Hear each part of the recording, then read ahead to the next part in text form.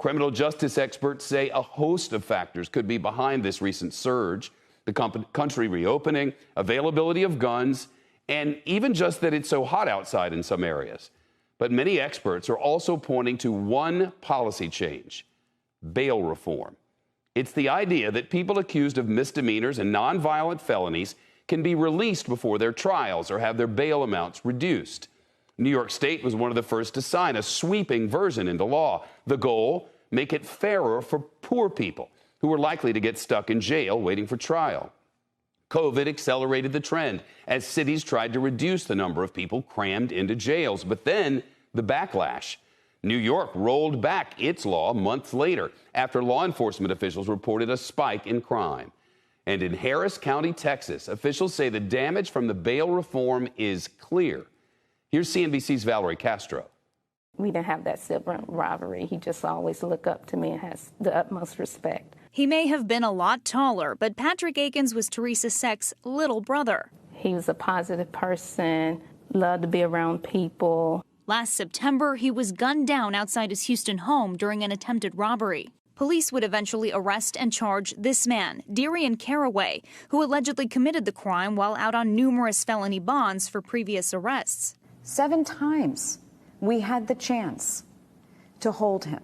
7 times. Rania Mankarious is the CEO of Crime Stoppers Houston. She says it's a common scenario that contributes to the city's rising crime rate. 222 murders already this year, up by 42% just this year. 91%, up by 91% when we compare that statistic to 2 years ago. Mankarious says after a 2016 civil rights lawsuit against the courts reformed misdemeanor bail practices, Harris County judges are now reluctant to revoke or issue cash-only bonds, even in felony cases, in an effort to uphold a presumption of innocence. Texas lawmakers introduced bills to address concerns. Organizations like the Texas chapter of the ACLU and the Texas Jail Project fought against them. The ACLU argued the legislation would enrich the predatory bail industry, punish the poor, and trample on Texans' rights and freedoms. It would only worsen the outcome for individuals with mental illness. Theresa Seck testified at that same legislative hearing earlier this year to raise awareness about what she says is a failure in the system.